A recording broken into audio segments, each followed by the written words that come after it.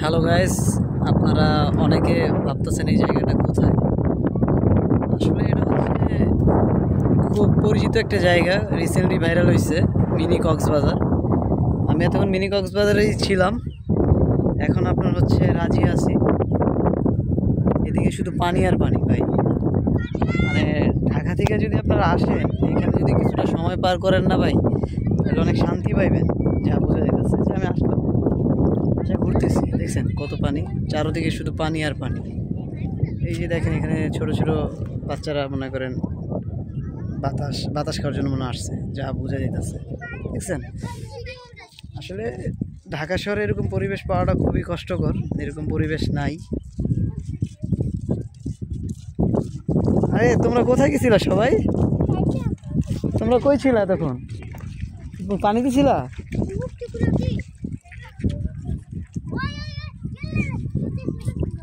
বাচ্চারা হচ্ছে লজ্জা পায়, বুঝতে পারছেন ভাই।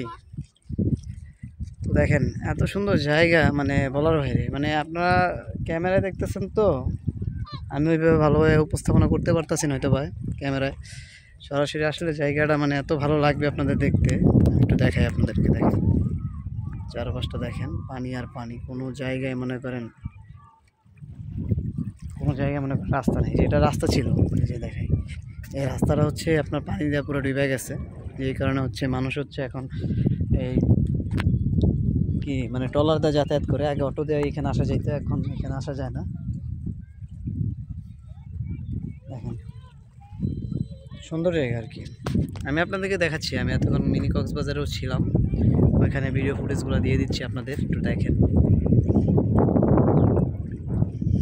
দেখছেন এই জায়গাটাই অসম একটা জায়গা, মানে বাতাস যেরকম ঢেউ, সব কিছু মিলে জিলে একটা পারফেক্ট জায়গা।